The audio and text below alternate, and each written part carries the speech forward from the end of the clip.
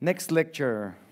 From restoring vintage furniture to crafting the future of AI in UX, Victoria embodies the Renaissance spirit of our field, never closing the door to the new knowledge, no matter how random it might seem. She nearly signed up for a degree in exercise science this year, proving that curiosity knows no bounds. When she's not revolutionizing UX research, you'll find her behind the camera lens, learning music or breathing new life into old wood. Her talk, A Rational Approach to AI in UX Research, Synthetic Users, Risks, and Other Applications, draws from her conviction that products can be both successful and honest to their users. Her advice to UX newcomers reflects her holistic worldview. Everything is part of UX. It doesn't need to have UX in the name to affect someone's journey with a product or service. Never stop looking outside and thinking about the bigger context. Whether she's researching as a profession or as a hobby, Victoria shows that understanding user experience requires looking at the whole picture, not just the pieces labeled UX. Vicky, the stage is yours. Thank you, everyone. AI again. You might be wondering, why do we need to bring this topic back? We are so full of it. We know everything about hallucinations, prompting, and all that sort. I actually think exactly the opposite thing. I think we still don't know enough. We have abundance of new tools that claim AI will do an amazing thing for our jobs and tasks. Technology advances way faster over legislation, so we still don't know how exactly to apply AI in our work according to non-existing laws. We just can't do that yet, so this might completely transform how we use this technology in the future. And there are objective risks of making some very poor decisions. So everyone's experimenting. People who do research are also self-servicing on this technology already. Our designers, product managers, salespeople, business owners are already putting to practice AI to conduct some research here and there. And of course, we all do that. We all want to grow, get better, be more productive, but we still don't know enough. And I have this sprinkle of politics on top of everything, and the situation becomes way harder to navigate than we might realize. So, some bits of data.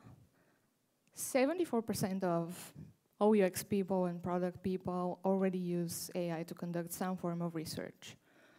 Most of them use ChatGPT to perform that, but there are many new tools on the horizon who might really be helpful for us one day. 90% of those tasks that we use AI for are predominantly focused on the analysis phase, the synthesis phase, and scoping some initial research planning, like crafting some screeners or scripts for interviews. 50% of researchers share that although this technology might be very helpful for all of our jobs, they still fear it might have some negative consequences on the quality of the research that we do, the critical thinking that we apply, and whether we remember to do that at all, and any future research skills that we might not acquire because we over-rely on this new technology. So what's the agenda for today? We're gonna look at some current trends and current best practices. We're gonna take a sneak peek at what the future might look like. We're gonna talk about the risks and the opportunities. And what I want you to get today out of this session is a narrative and a mindset to which you use to think about this topic in the future and in your day-to-day jobs. We'll cover some do's and don'ts.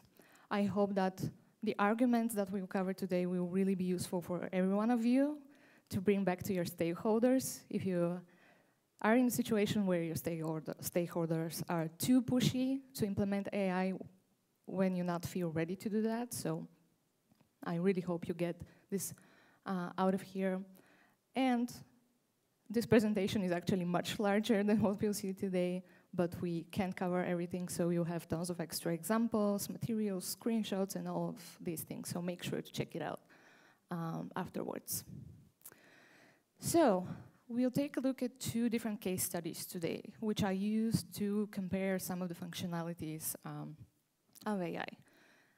The first one is comparing a traditional approach to desk research and the usual process of creating a research plan compared to what ChatGPT can do for us at this stage of our research process. This stage is usually the one that most people most frequently use AI for now. So I thought that it might be a great opportunity for me to really test how ChatGPT performs against an already existing work done in the past. So earlier this year, I had the opportunity to collaborate with an NGO that takes care of resolving and exploring challenges of the citizens of Sofia with their public transportation, a very dear topic to me. So, how did I go about it? Again, classic approach. I started my desk research. I really wanted to know more about the subject in order to be able to create a sensible and meaningful research plan. So I looked at multiple academic research. I searched for testimonies from citizens all around the world to hear an authentic feedback about their experiences with public transportation. I read a lot of articles. I watched a lot of videos and discussions. And I found some pretty shocking things to me that I didn't realize. For example, I had no idea that something so seemingly good as public transportation and access to it can actually have negative consequences on some people in society. It can create what's called a gentrification paradox, which means that public transportation can bump prices up, which can further push people who don't have the finances to live in these neighborhoods anymore, pushes them to the outskirts of the city and further creates social isolation for them, which is fascinating, not in the best way, unfortunately. So I used all of these insights to craft my plans. I created several versions of it according to different target groups. I experimented with some proto-journey maps to kind of ideate what are the touch points that I must research. I had the pleasure to also attend a local expert forum where exactly these topics were discussed. So luckily they confirmed that my findings were pretty spot on. So I had the chance to have a small validation before I moved forward. When it comes to ChatGPT and how I decided to test it, I did my best to forget everything that I knew and to imitate as I was starting from a completely blank page. So I asked very open questions. I approached the process as I had never done any research on the subject before. And very quickly, and without any surprise, ChatGPT blasted me with a bulk of resources and pages of insights that I needed to sift through. I also used it to help me create the research plan for me and experimented with it to also help me to create some exemplary journey maps. So, to help me kind of navigate everything and assess objectively, I know we all hate tables, but bear with me. I collected some indicators that I wanted to use in order to assess the two approaches and the results. So I looked at the quality of the resources that it gave me. They were, most of the time, pretty inconsistent. It kept citing, for example, the same 3 articles, or at some point it told me that it didn't use any external resources and it figured out everything out of its own brain, which was a little weird. But generally, the resources that it provided me were of good quality, and I was able to use them directly and to learn more. Depth of insights. Compared to what I was able to get from the research that I did on my own, I found that the insights that it provided me were pretty service level and pretty statement-based. For example, public transportation is great for people because it helps them get access to their work. Great, but we know for a fact that there are many other things beyond that, as we learned.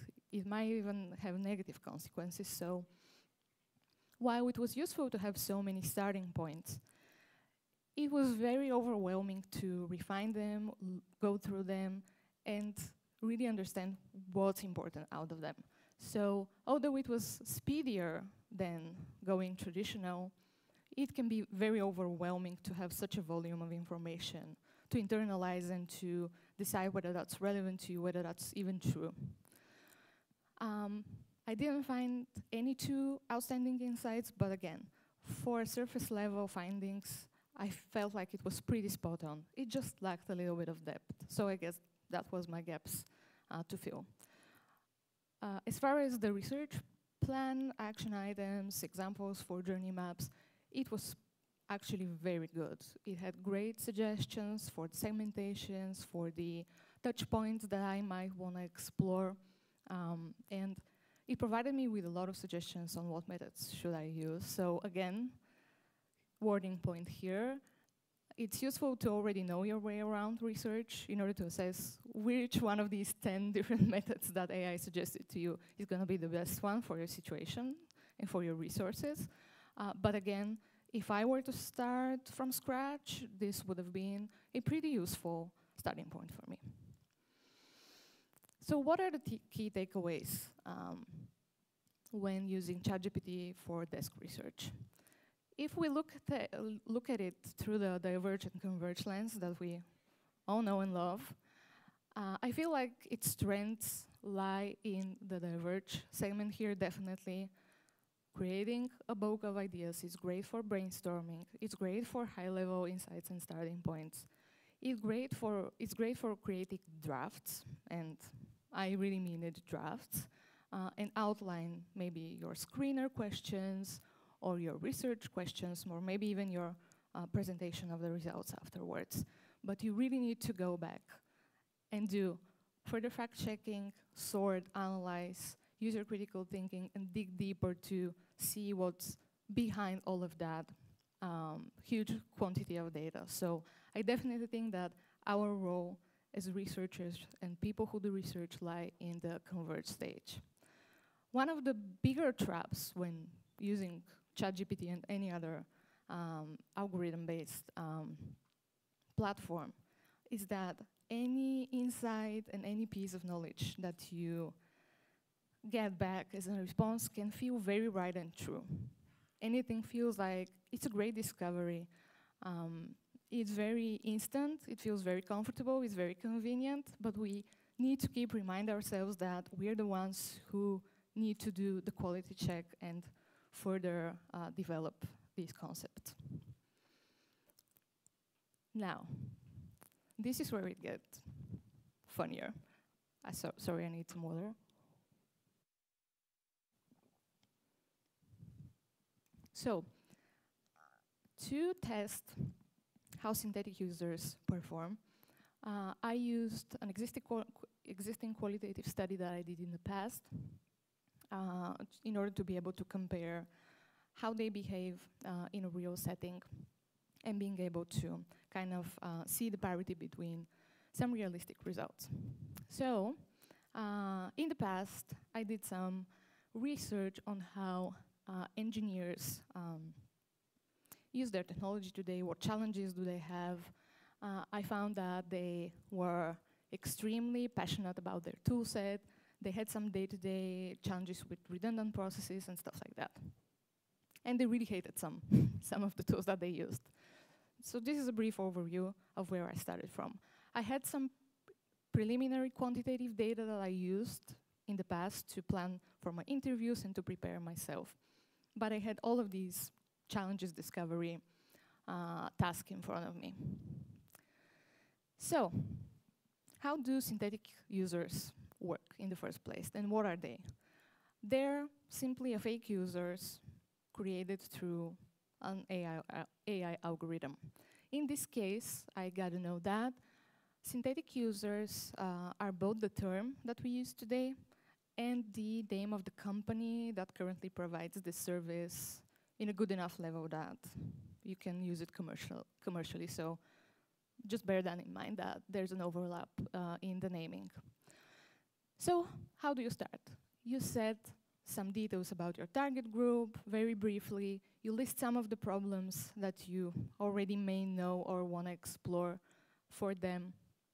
And then you do nothing. Kind of the algorithm gives you the interview script. It composes a couple of questions for you again and gives you some answer. It also creates automatically different profiles of your users, and you can modify them.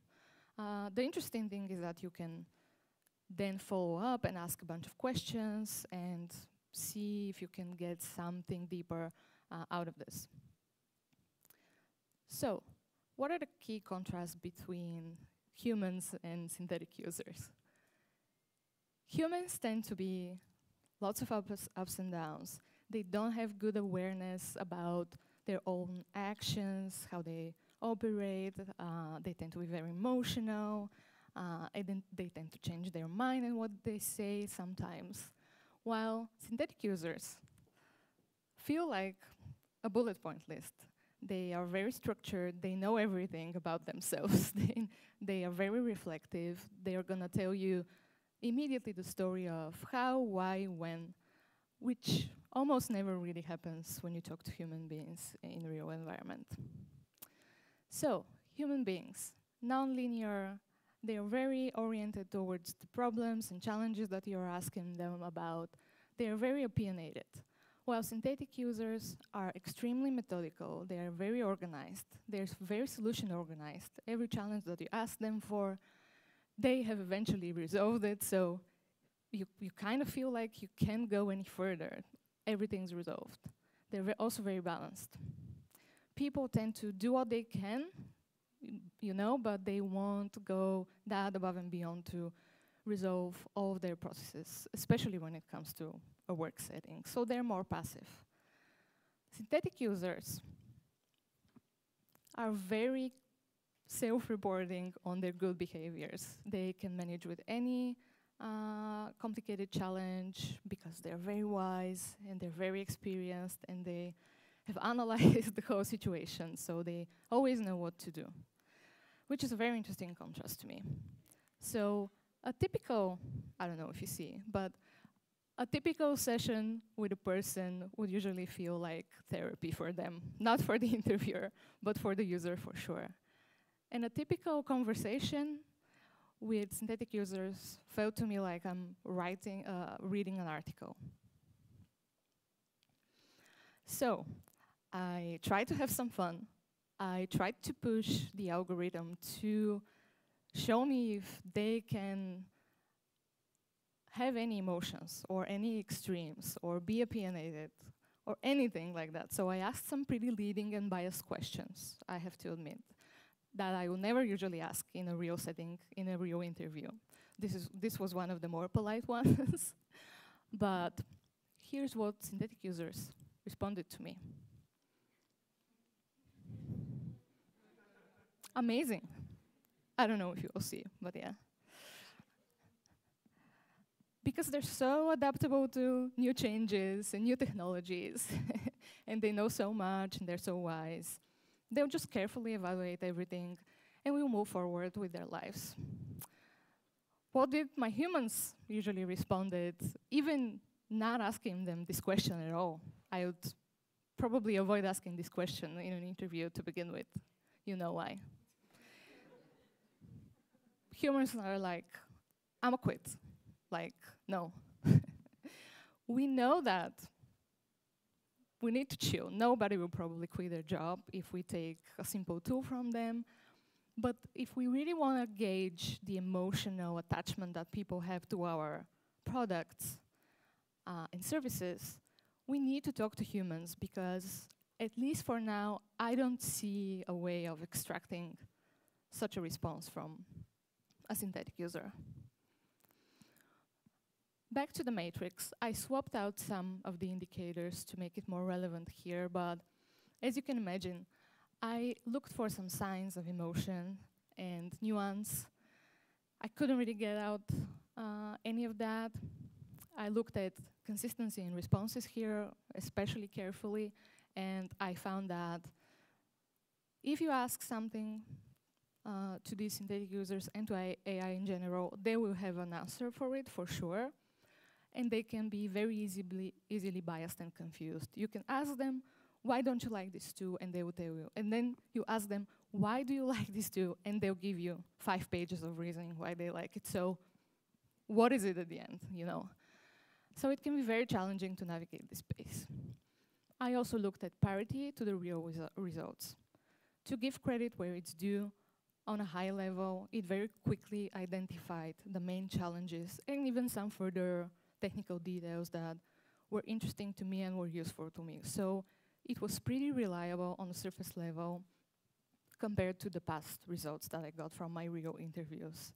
So again, if I were to start this from scratch, I didn't know anything about the space that I want to explore, and I felt lost, this could have been a very useful tool for me to plan my research questions better, for example. One of the core issues with AI in general, I call the pitfall of the averages. In statistics, it has its own term. It's called Simpson's paradox. So imagine all of us made a list with our shoe sizes, and we calculated the average, and then we all get a pair of shoes that are, let's say, size 39.7 or whatever. That might not be the best experience for most of us in this room. So averages are a great thing. We can use them to gauge larger trends in what's going on with our users and on our market. But they don't really help us create above average experiences. As Sevi said, and Maya, Katya, we need to dig further, we need to look around at the whole picture. So to me, AI takes all the information it can get and it can scrape off of the internet and presents us with an averaged out profiles and information that we still need to further explore in order to get to a meaningful discovery. To me, it's a bit like quantitative data disguised as qualitative data. I don't really trust that we can still count this as a qualitative data, although it feels very realistic, and you can chat to the synthetic users, and they can give you answers back, and it can feel very real at some point, but it's not really the case. The nice thing is that none of us is really truly average, which I think is one of the best compliments that you can ever give to someone. So, what are the main risks when it comes to synthetic users? We talked about this already. No emotions. We don't get any cultural context. We don't get any audio and visual keys about the person at all. People are not what they comment online generally. So every time you get this crunched human-like response in ChatGPT, you're probably looking at some analysis of Reddit comments and discussions and stuff like that. But we all know that we behave differently when we are super angry and type a comment online versus how we really express ourselves and how we really think. It's trained on data that we don't know which it is and which segment of the internet it covers. So it's pretty tricky to know if we can truly rely on that and if this data is relevant to our target groups, especially if we develop more niche products. This is one of my favorite memes, by the way. I don't know, it's golden. Please keep in mind that the users that you will interact with will be mainly trained on English speakers with access to the internet, willing to participate in online discussions, just be active. And most of us, as we know, don't leave that much of a significant trace in the online space. Maybe some Instagram stories here and there, maybe some reviews online, but most of us don't leave such a trace, and we are mostly passive consumers.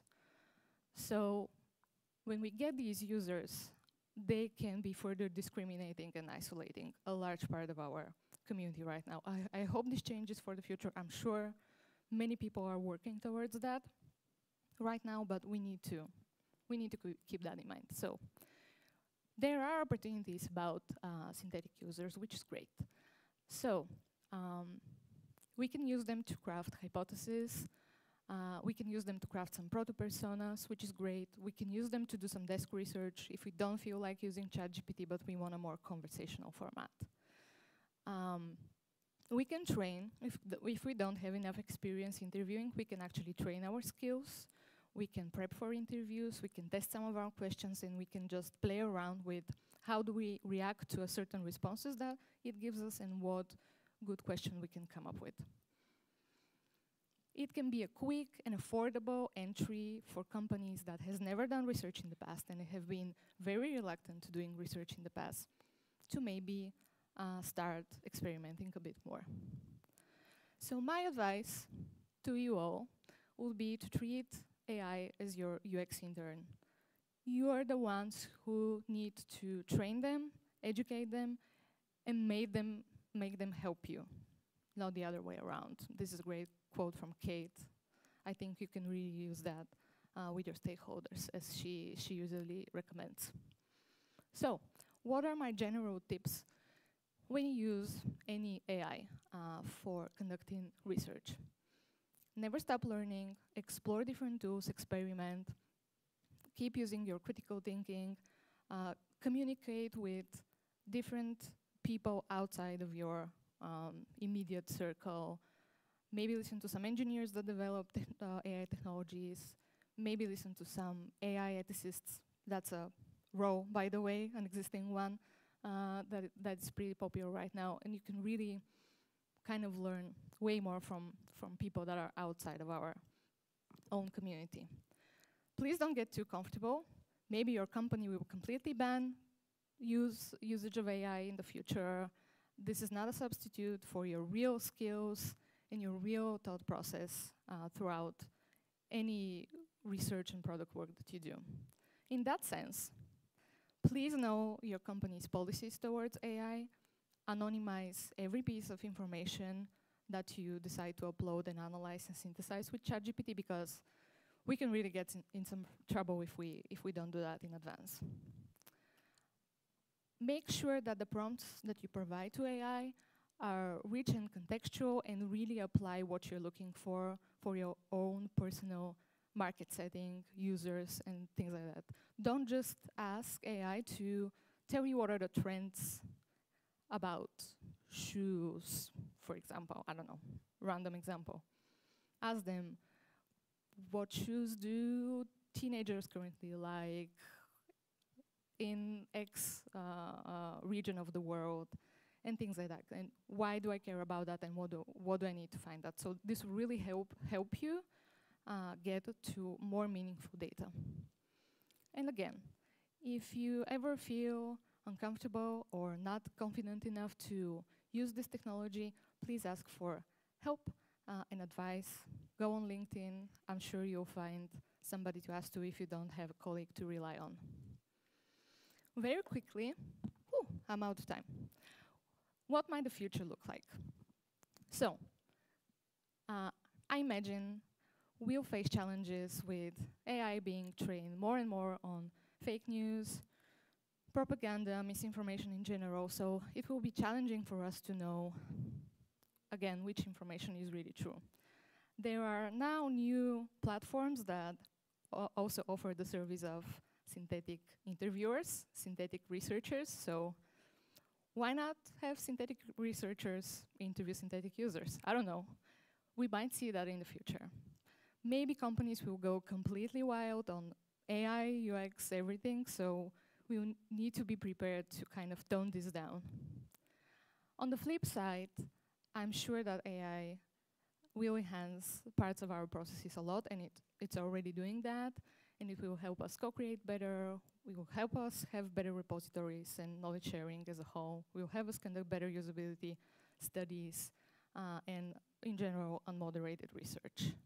It will force us to improve our internal governance and privacy practices because we tend to kind of skip that part usually and not think about this aspect of our work at all, but we work with a lot of private data all the time, so we need to be mindful of that.